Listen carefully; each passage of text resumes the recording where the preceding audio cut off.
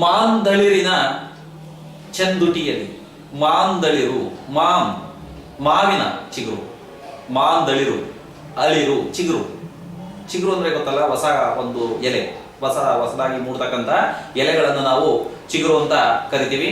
ಮಾಂದಳಿರಿನ ಚಂದುಟಿಯಲ್ಲಿ, ಚಂದುಟಿ ಆ ಒಂದು ಮಗುವಿನ ತುಟಿಯಂತೆ ಮೃದುವಾಗಿರ್ತಕ್ಕಂಥ ಎಲೆಗಳು. ಆ ಎಲೆಗಳು ಮಾಂದುಟಿ ಅಂತ ಇಲ್ಲಿ ಕವಿ ಹೇಳಿದ್ದಾನೆ ಅಂದ್ರೆ ಸೂಕ್ಷ್ಮವಾದಂತಹ ಮೃದುವಾದಂತಹ ಒಂದು ಚಿಗುರು, ಮೃದುವಾದಂತಹ ಚಿಗುರು. ಆ ಚಿಗುರುವಾಗ ಒಂದು ರೀತಿಯಾದಂತಹ ನವಿರಾದಂತಹ ಕೆಂಪು ಬಣ್ಣವನ್ನ ಹೊಂದಿರತಕ್ಕಂತಹ ಚಿಗುರಿನಲ್ಲಿ ಜೇಂಕರಿಸಿತು ಭೃಂಗ, ಅದರ ಒಂದು ಸುವಾಸನೆಗೆ, ಅದರ ಒಂದು ಮೃದುತ್ವಕ್ಕೆ ಆಕರ್ಷಣೆಗೊಂಡಂತಹ ಮೃಂಗ ಅಂದ್ರೆ ಜೇನುನೊಣಗಳು ಆರಿ ಬಂದು ಅವುಗಳಲ್ಲಿ ಇರ್ತಕ್ಕಂಥ ಮಧುರವನ್ನ ಇರ್ಲಿಕ್ಕೆ, ಆ ಚಿಗುರಿನ ಜೊತೆಯಲ್ಲಿ ಮೂಡ್ತಕ್ಕಂಥ ಹೂವುಗಳಲ್ಲಿ ಆ ಮಧುರವನ್ನ ಇರ್ಲಿಕ್ಕೆ ಆರಿ ಬಂದು ಕುಳಿತುಕೊಳ್ತಾ ಇರ್ತವೆ. ಉಕ್ಕೇರಿತು ಚುಂಬನದಲ್ಲಿ, ಚುಂಬನ ಅಂದ್ರೆ ಮುದ್ದಿಸ್ತಕ್ಕಂಥ ರೀತಿ, ಅವುಗಳು ಆರಿ ಬಂದು ಕುಳಿತಿದ್ದನ್ನ ಕವಿ ಹೇಳ್ತಾ ಇದ್ದಾರೆ ಚುಂಬನ ಅಂತ ಹೇಳ್ತಾ ಇದ್ದಾರೆ. ಆ ಎಲೆಗಳನ್ನ ಮುದ್ದಿಸ್ಲಿಕ್ಕೆ ಆ ಜೇನುನೊಣಗಳು ಆರಿ ಬಂದು ಕುಳಿತಿದ್ದಾವೆ ಅಂತಕ್ಕಂಥ. ಹೃದಯಾಬ್ದಿ ತರಂಗ, ಹೃದಯಾಬ್ದಿ ಅಂದ್ರೆ ಹೃದಯ ಅಂತಕ್ಕಂಥ ಸಮುದ್ರದಲ್ಲಿ ಅಲೆಗಳು ಎದ್ದಂತೆ ಅಲ್ಲಿ ಹೇಳ್ತಾ ಇದೆ. ಅವುಗಳಲ್ಲಿ ಅಲ್ಲಿ ಹೇಳ್ತಾ ಇದೆ, ತರಂಗಗಳು ಎದ್ದಂತೆ ಹೇಳ್ತಾ ಇದೆ.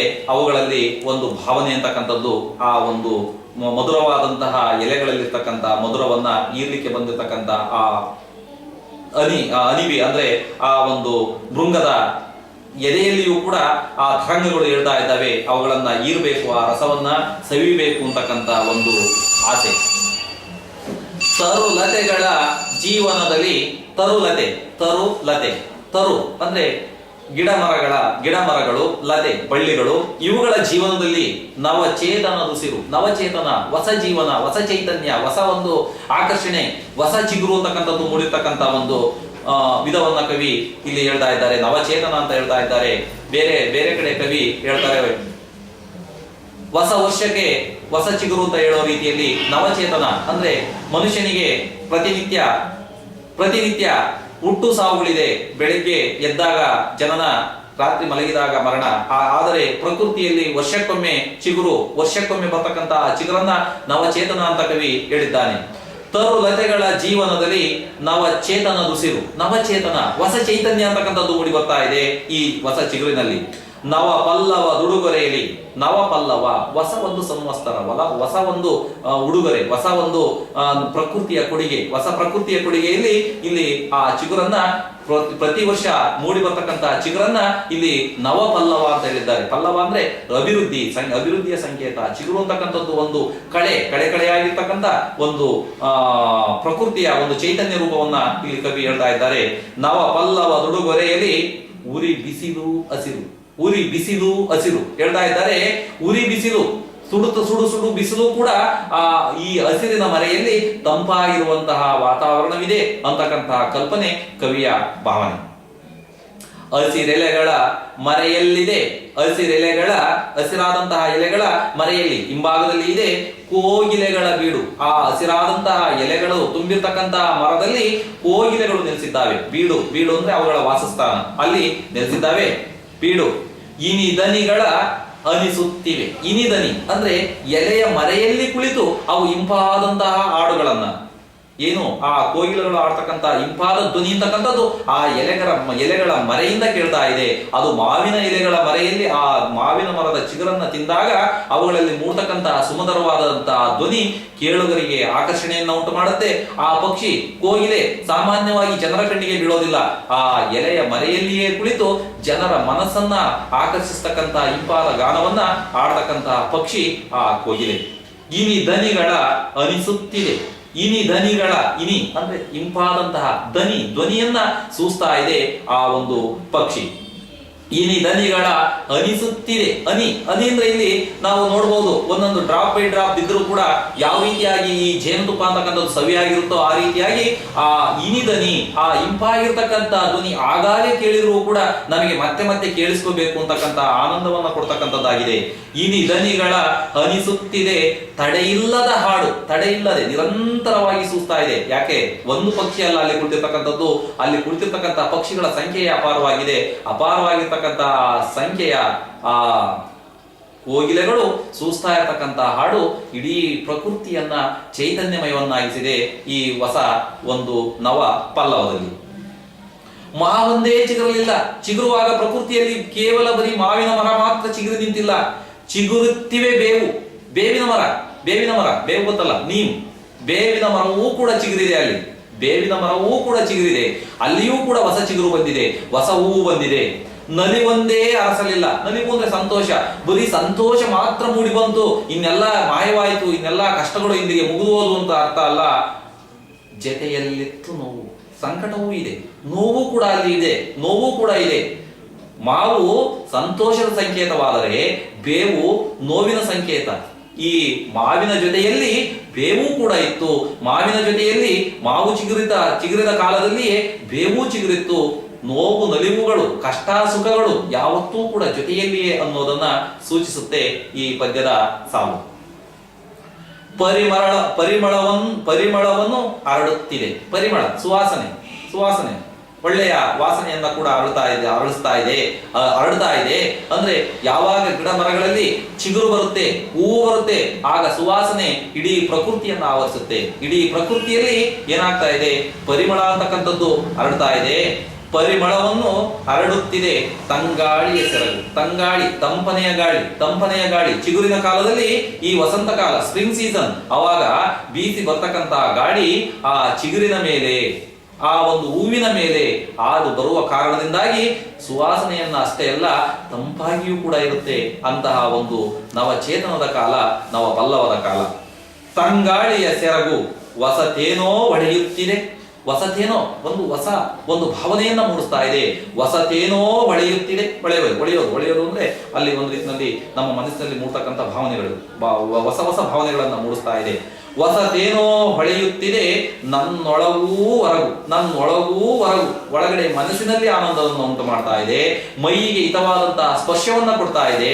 ಹಾಗಾಗಿ ಒಳಗೂ ಹೊರಗು ನವ ಪಲ್ಲವ, ಹೊಸ ಉತ್ಸಾಹ ಮೂಡ್ತಾ ಇದೆ ಈ ಒಂದು ಚಿಗುರಿನ ಕಾರಣದಿಂದಾಗಿ. ಹೊಸ ವರ್ಷದ ಚೈತ್ರೋದಯ. ಪ್ರಕೃತಿ ನಿಯಮ ಯಾವ ರೀತಿಯಾಗಿ ಈ ಒಂದು ಋತುಗಳನ್ನ ರೂಪಿಸಿಕೊಂಡಿದೆ ಅಂದ್ರೆ, ಈ ಚೈತ್ರದ ಉದಯ, ಚೈತ್ರ ನೋಡಿ, ನಮ್ಮ ಭಾರತದ ಕಾಲಮಾನದ ಪ್ರಕಾರ ಪ್ರಕೃತಿಯ ನಿಯಮದ ಅನುಸಾರವಾಗಿ ನಾವು ಋತುಗಳನ್ನ ವಿಭಾಗ ಮಾಡಿದ್ದೇವೆ. ಆ ಋತುಗಳ ವಿಭಾಗದ ಕ್ರಮದಲ್ಲಿ ಹೊಸ ವರ್ಷ ಚೈತ್ರ ಮಾಸದೊಂದಿಗೆ ಪ್ರಾರಂಭ. ಈ ಪ್ರಕೃತಿ ನಿಯಮದಲ್ಲಿ ಚೈತ್ರದ ಪ್ರಾರಂಭದೊಂದಿಗೆ ಚಿಗುರಿನ ಪ್ರಾರಂಭ. ಆ ಚಿಗುರು ಅಂತಕ್ಕಂಥದ್ದು ಹೊಸ ವರ್ಷವನ್ನ ತರ್ತಕ್ಕಂಥದ್ದು, ಹೊಸ ಜೀವಕಳೆಯನ್ನ ತರ್ತಕ್ಕಂಥದ್ದು, ಹೊಸ ಜೀವಕಳೆಯ ಜೊತೆಗೆ ಹೊಸ ಹರ್ಷವನ್ನ ತರ್ತಕ್ಕಂಥದ್ದು. ಹರ್ಷ ಅಂದ್ರೆ ಸಂತೋಷ. ಹೊಸ ವರ್ಷದ ಚೈತ್ರೋದಯ, ಹೊಸ ಹರ್ಷದ ಸಂಗೀತ. ಆ ದುಂಬಿಗಳು ಹಾರಾಡುವ, ಆ ಕೋಗಿಲೆಗಳು ಹಾಡುವ ಒಂದು ಸಂಗೀತವೇ ಪ್ರಕೃತಿ ದತ್ತವಾದಂತಹ ಇಂಪನೆಯ ದನಿಯ ಸಂಗೀತ. ನವ ಪಲ್ಲವದ ಅರುಣೋದಯ. ಚೈತ್ರ ಮಾಸದ ಮೊದಲನೇ ದಿನ ಮೂಡಿ ಬರುವ ಅರುಣೋದಯವೇ ನಮಗೆ ಹೊಸ ವರ್ಷದ ಅರುಣೋದಯ, ಸೂರ್ಯೋದಯ. ಶುಭವಾರ್ತೆಯ ದೂತ. ಆ ಬೆಳಗ್ಗೆ ಮೂಡಿ ಬರುವ ಚೈತ್ರ ಮಾಸದ ಆ ಸೂರ್ಯ ಹೊಸ ವರ್ಷದ ಸೂಚನೆಯನ್ನ, ಹೊಸ ವರ್ಷದ ಶುಭ ಸಂಕೇತಗಳನ್ನ ತರುವ ದೂತನಾಗಿ ಮೂಡಿ ಬರ್ತಾ ಇದ್ದಾನೆ. ನವಪಲ್ಲವ ಉತ್ಸಾಹದ ಮಾಣಿಕ್ಯದ ಚಿಲುಮೆ. ಮಾಣಿಕ್ಯ ಅಂದ್ರೆ ಮುತ್ತು ರತ್ನಗಳು ಹೊಳೆಯುವಂತೆ, ಮುತ್ತು ರತ್ನಗಳು ಅಭಿವೃದ್ಧಿಯ ಸಂಕೇತವಾಗಿ ಮೂಡಿ ಬರುವಂತೆ ಆ ಸೂರ್ಯ ಹೊಸ ವರ್ಷವನ್ನ ಹೊತ್ತು ಮೂಡಿ ಬರ್ತಾ ಇದ್ದಾನೆ. ಮುನ್ನಡೆಯಲ್ಲಿ ನೆಲದೇವಿಯ ಎಣೆ ಇಲ್ಲದ ಒಲುಮೆ. ನೆಲದೇವಿ ಅಂದ್ರೆ ಭೂತಾಯಿ ಒಲುಮೆ, ಪ್ರೀತಿ ನಮ್ಮ ಮೇಲೆ. ಆ ಭೂದೇವಿಯ ಒಲುಮೆ ಅಂತಕ್ಕಂಥದ್ದು, ಪ್ರೀತಿ ಅಂತಕ್ಕಂಥದ್ದು ಎಣೆ ಇಲ್ಲದೆ, ಕೊನೆ ಇಲ್ಲದಂತೆ ಮುಂದುವರಿಯಲಿ ಅಂತಕ್ಕಂಥ ಆಶಯವನ್ನ ಕವಿ ಇಲ್ಲಿ ವ್ಯಕ್ತಪಡಿಸ್ತಾ ಇದ್ದಾರೆ. ನವಪಲ್ಲವ ಉತ್ಸಾಹದ ಮಾಣಿಕ್ಯದ ಚಿಲುಮೆ, ಮುನ್ನಡೆಯಲ್ಲಿ ನೆಲದೇವಿಯ ಎಣೆ ಇಲ್ಲದ ಒಲುಮೆ. ಇಲ್ಲಿಗೆ ಮೊದಲನೇ ಭಾಗ ಆದ್ರೆ, ಇನ್ನ ಅದೇ ಭಾಗದಲ್ಲಿ ಮುಂದುವರೆದಂತಹ ಭಾಗ. ಚಿಗುರಿತು ಮಾವು, ಚಿಗುರಿತು ಬೇವು. ಚಿಗುರಿತು ಅಂದ್ರೆ ಚಿಗುರ್ತಾ ಇದೆ. ಪ್ರಕೃತಿಯಲ್ಲಿ ಒಂದು ಮಾತ್ರ ಚಿಗುರು ನಿಲ್ಲೋದಿಲ್ಲ. ಮನುಷ್ಯನಲ್ಲಿ ಬರೀ ಸುಖ ಮಾತ್ರ ಬರೋದಿಲ್ಲ, ಕಷ್ಟವೂ ಇದೆ. ಬೇವು ಮಾವು, ನಾನು ಹೇಳಿದೆ ಬೇವು ಸಮೃದ್ಧಿಯ ಸಂತೋಷ ಸಂಕೇತವಾದರೆ ಬೇವು ಕಹಿಯಾಗಿರುತ್ತೆ. ಕಹಿ ಅಂದ್ರೆ ನಮಗೆ ಯಾರಿಗೂ ಕೂಡ ಇಷ್ಟ ಇಲ್ಲ. ಆ ಕಹಿ ಅಂತಕ್ಕಂಥದ್ದು ಏನ್ ಮಾಡುತ್ತೆ ಅಂದ್ರೆ ಮನುಷ್ಯನಿಗೆ ನೋವಿನ ಸಂಕೇತವಾಗಿ ಇಲ್ಲಿ ಪ್ರಕೃತಿಯಲ್ಲಿಯೂ ಕೂಡ ಎರಡೂ ಕೂಡ ಜೊತೆ ಜೊತೆಯಲ್ಲಿಯೇ ಚಿಗುರ್ತಾ ಇದ್ದಾವೆ. ಚಿಗುರಿತು ಮಾವು, ಚಿಗುರಿತು ಬೇವು, ಚಿಗುರಿತು ತಾನು ಜಾಲಿ. ಜಾಲಿ, ಜಾಲಿ ಅಂದ್ರೆ ಮುಳ್ಳಿರ್ತಕ್ಕಂಥ ಥೋರ್ನ್, ಮುಳ್ಳಿರ್ತಕ್ಕಂಥ ಒಂದು ಜಾತಿಯ ಮರ, ಮುಳ್ಳನ್ನು ಇರ್ತಕ್ಕಂಥ ಅದು ಕೂಡ ಆ ಕಾಲದಲ್ಲಿ ಚಿಗುರುತ್ತೆ. ಅಂದ್ರೆ ನಮಗೆ ಸೂಚನೆಯನ್ನ, ನಮಗೆ ಎಚ್ಚರಿಕೆಯನ್ನ ಕೊಡ್ತಕ್ಕಂಥ ಮುಳ್ಳು ಕೂಡ ಆಗ ಚಿಗುರುತ್ತೆ. ಬರೀ ಸುಖ ಅಂತಕ್ಕಂಥ ಬರೀ ಮಾವು ಮಾತ್ರವಲ್ಲ, ನೋವು ಅಂತಕ್ಕಂಥ ಬೇವು ಮಾತ್ರವಲ್ಲ, ನಮಗೆ ಅಕ್ಕಪಕ್ಕದಲ್ಲಿ ಚುಚ್ಚತಕ್ಕಂಥ ಜನರು ಕೂಡ ಇದ್ದಾರೆ ಅಂತಕ್ಕಂಥ ಎಚ್ಚರಿಕೆಯನ್ನ ಕೊಡ್ತಾ ಇದೆ. ಜಾಲಿಯೂ ಕೂಡ ಚಿಗುರ್ತಾ ಇದೆ. ಚಿಗುರಿಗೆ ಹಿಗ್ಗಿದ ಬನವನ್ನು ಬೆಳೆಸಿತು, ಚಿಗುರಿಗೆ ಹಿಗ್ಗಿದ ಬನವನ್ನು ಬೆಳೆಸಿತು, ಚಿಗುರಿದ ತಂತಿಯ ಬೇಲಿ. ಇಲ್ಲಿ ಕವಿ ಹೇಳ್ತಾ ಇದ್ದಾನೆ, ಇಂದು ಆಧುನಿಕ ಕಾಲದಲ್ಲಿ ನಾವು ನಮ್ಮ ಹೊಲ ಗದ್ದೆಗಳಿಗೆ, ತೋಟಗಳಿಗೆ, ಈಗ ಗಡಿ ರೇಖೆಗಳಿಗೆ ತಂತಿ ಬೇಲಿಯನ್ನು ಹಾಕ್ತಾ ಇದ್ದೇವೆ. ಆ ತಂತಿ ಬೇಲಿ, ತಂತಿ, ಈಗ ತಂತಿ ಅಂದ್ರೆ ಗೊತ್ತು, ವೈರ್ ಪೆನ್ಷನ್ ಕೂಡ ಮಾಡಿದೀವಿ, ಅದು ಕೂಡ ಚಿಗುರು ಬಿಟ್ಟಿದೆಯಂತೆ. ಕವಿ ಏನ್ ಮಾಡ್ತಾ ಇದ್ದಾನೆ, ಬರೀ ಪ್ರಕೃತಿಯಲ್ಲಿ ಇರ್ತಕ್ಕಂಥದ್ದು ಅಲ್ಲ, ಮ್ಯಾನ್ ಮೇಡ್ ಅಂದ್ರೆ ಈಗ ಏನು ಆ ಒಂದು ತಂತಿ ಬೇಲಿಯೂ ಕೂಡ ಚಿಗುತ್ತಿದೆ ಆ ಸಂತೋಷಕ್ಕೆ ಅಂತ ಹೇಳ್ತಾ ಇದ್ದಾನೆ. ಚಿಗುರಿಗೆ ಹಿಗ್ಗಿದ ಬನವನ್ನು ಬಳಸಿತು, ಚಿಗುರಿ ನಿಂತಿರ್ತಕ್ಕಂಥ ಆ ಬನ ಅಂದ್ರೆ ವನ ಬಳಸಿರ್ತಕ್ಕಂಥದ್ದು ಆ ತಂತಿ ಬೇಲಿಯನ್ನ, ಆ ತಂತಿ ಬೇಲಿಯೂ ಕೂಡ ಉಲ್ಲಾಸಗೊಂಡು ಬೆಳೆದಿದೆ ಅಂತ ಹೇಳ್ತಾ ಇದ್ದಾರೆ. ಚಿಗುರಿದ ತಂತಿಯ ಬೇಲಿ. ಬೆಳ್ಳಿಯ ಚಿಗುರು, ಆ ಚಿಗುರಿನಲ್ಲಿ ಅನೇಕ ವಿಧ, ನಾವು ಎಷ್ಟು ಬಣ್ಣಗಳನ್ನ ಕಾಣಬಹುದೋ ಪ್ರಕೃತಿ ಅಷ್ಟೂ ಬಣ್ಣಗಳನ್ನ ಪ್ರಕೃತಿದತ್ತವಾಗಿ ಸಹಜವಾಗಿ ನಮಗೆ ನೀಡಿದೆ. ಬೆಳ್ಳಿಯ ಚಿಗುರು, ಬಿಳಿಯ ಎಲೆಗಳು. ಚಿನ್ನದ ಚಿಗುರು, ಒಂದಿನ ವರ್ಣದಲ್ಲಿರ್ತಕ್ಕಂತಹ ಚಿಗುರುಗಳು. ಚಿಗುರು ಗಿಡ ಪ್ರಕೃತಿಗೆ ತಕ್ಕ ಸಹಜವಾಗಿ ಅಥವಾ ಅದರ ಆ ಗಿಡದ ಸ್ವಾಭಾವಿಕ ಗುಣಕ್ಕೆ ತಕ್ಕಂತೆ ಅನೇಕ ವಿಧದ ಬಣ್ಣದ ಚಿಗುರುಗಳು ಬರ್ತಾ ಇದ್ದಾವೆ. ಅದರಲ್ಲಿ ಕವಿ ಸೂಕ್ಷ್ಮವಾಗಿ ಸೂಚ್ಯವಾಗಿ ಒಂದೆರಡು ಬಣ್ಣಗಳನ್ನ ಹೇಳಿದ್ದಾರೆ. ಬೆಳ್ಳಿಯ ಚಿಗುರು, ಚಿನ್ನದ ಚಿಗುರು, ಕೆಂಪಿಗೆ ತಿರುಗಿದ ಚಿಗುರು. ಬಲಿತ ಬದಲಾವಣೆಗಳನ್ನ ಕಾಣ್ತಾ ಆ ಚಿಗುರು ಕೆಂಪಾಗ್ತಾ ಇದೆ. ಕೆಂಪಾದ ನಂತರ ಮತ್ತೆ ಅದು ಸ್ವಲ್ಪ ಹಳದಿ ಬಣ್ಣಕ್ಕೆ ಬರುತ್ತೆ, ತಿರುಗುತ್ತೆ, ಆಮೇಲೆ ಹಸಿರು ಬಣ್ಣಕ್ಕೆ ತಿರುಗುತ್ತೆ. ಆ ಪ್ರಕೃತಿಯಲ್ಲಿ ಆಗ್ತಕ್ಕಂಥ ಚಿಗುರಿನ ಒಂದು ಬದಲಾವಣೆಯನ್ನ ಕವಿ ಸೂಚಿಸ್ತಾ ಇದ್ದಾರೆ. ಬೆಳ್ಳಿಯ ಚಿಗುರು, ಚಿನ್ನದ ಚಿಗುರು, ಕೆಂಪಿಗೆ ತಿರುಗಿದ ಚಿಗುರು. ದುಡುಕಿದ ಚೆಲುವೆಯ ಕೆನ್ನೆಗೆ ತಗುಲಿತು, ಚೆಲುವೆಯ ಕೆನ್ನೆಗೆ ತಗುಲಿತು. ದುಡುಕಿದ ಅಂದ್ರೆ ಮುಗ್ಗರಿಸಿದ, ಅಥವಾ ಹೋಗುವಾಗ ಅದನ್ನು ಕೀಳಬೇಕು ಅಂತ ಇಷ್ಟಪಡ್ತಕ್ಕಂಥ ಚೆಲುವೆ ಯಾರಾದ್ರೂ ಆಯ್ತು. ಆ ಪ್ರಕೃತಿಯಲ್ಲಿ ಅರಳಿ ನಿಂತಿರ್ತಕ್ಕಂಥ, ಬೆಳೆದು ನಿಂತಿರ್ತಕ್ಕಂಥ, ಚಿಗುರಿರ್ತಕ್ಕಂಥ ಎಲೆಯನ್ನ ಮುಟ್ಟದೆ ಸ್ಪರ್ಶಿಸದೆ ಅವರಿಗೆ ಆನಂದವಾಗಲಾರದು. ಸ್ಪರ್ಶಿಸಿದಾಗ ಅವರಿಗೆ ಆಗ್ತಕ್ಕಂಥ ಆನಂದವೇ